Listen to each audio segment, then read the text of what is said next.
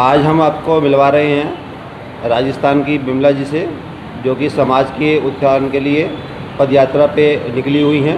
तो अपने बारे में बताएंगी और क्या उद्देश्य लेकर निकल रहे हैं, तो इसके बारे में बिमला जी से जानते हैं। तो आप ये बताइए कि आप ये जो पद यात्रा कर रहे हैं, तो ये क्या इसका उद्देश्य लेकर चल रहे हैं, मतलब किस वजह से कर रहे हैं? उद्देश्य ये है कि हम लड़कियां होकर भी समाज में गंदगी और कुरीतियाँ फैला रहे हैं कि शादीशुदा होते हुए भी वो शादी जैसा पवित्र बंधन को अपमानित कर रहे हैं, उसमें मतलब बहुत सारी कुरीतियाँ फैला रहे हैं। शादीशुदा होते हुए अपने पति को छोड़ देते हैं, वो अपने पति को छोड़कर मायके बैठ जाते हैं, या फिर अपने बॉयफ्रेंड के साथ भाग जाते हैं, या फिर ऐसा करते हैं कि हम तलाक नहीं देते हैं, तलाक देते हैं अगर अपने एक्स पति को, तो तलाक देने के लिए उससे हम 40 लाख है, 50 लाख है, 20 लाख है, 30 लाख है, ऐसे रुपए की डिमांड करते हैं।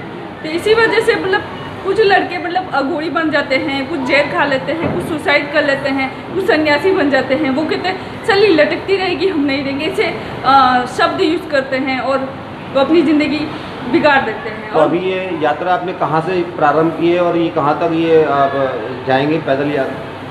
मैं राजस्थान के उदयपुर डिस्ट्रिक्ट से हूँ और उदयपुर डिस्ट्रिक्ट से 70 किलोमीटर मेरा गांव है राव का सायरा, और वहाँ से मैंने 12 अगस्त को पैदल यात्रा शुरू की है। और जिससे मैं ये पैदल यात्रा होकर गुजरती हैं महाकालेश्वर, उज्जैन नगरी से फिर खजराना गणेश से फिर ओमकारेश्वर से फिर बागेश्वर धाम से फिर काशी विश्वनाथ, फिर अंतिम दौर होता है माँ मनसा देवी उत्तराखंड हरिद्वार तक, मेरा वहीं समाप्ति हो जाती है।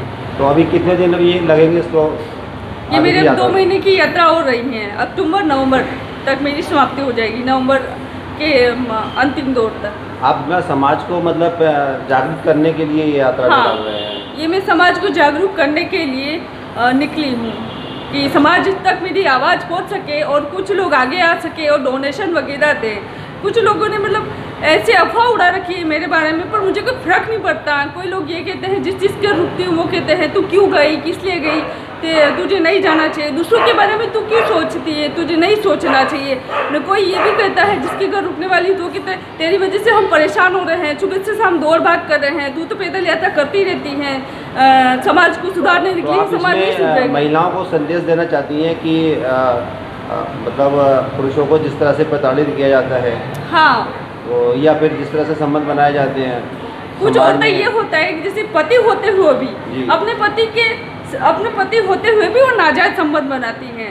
तो ये मतलब पहले तो पुरुष करते थे, चलो ठीक है, अब कोर्ट ने भी परमिशन दे दी है। जैसे कुछ लड़कियां कॉलेज में पढ़ती हैं तो गर्लफ्रेंड बॉयफ्रेंड होते हैं और माता पिता उनकी मर्जी जाने बगैर उनकी शादी किसी और से करवा देते हैं। तो किसी और से करवाने से वो लड़की उस जहाँ शादी करवाई जाती है वहाँ उस लड़की को अपना पति स्वीकार नहीं करती हैं। वो ऐसा करती है 2-3 साल बाद रहती है, साल तक रहती है, फिर उसे छोड़ देती है, फिर से अपने पति को छोड़कर बॉयफ्रेंड के साथ रहती है लिविंग रिलेशन में, जिसे कहते हैं बिना शादी किए।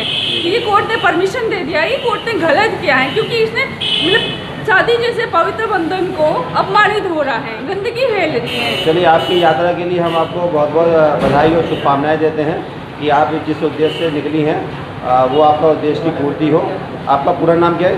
मेरा नाम बिमला खटीक, और समाज से मैं कहती हूँ आगे आकर डोनेशन दीजिए ताकि मैं हम समाज के लिए और बड़ा काम कर सके, और ये मैं कानूनी तौर से लोगों की मदद करूँगी ये मेरी यात्रा होने के बाद।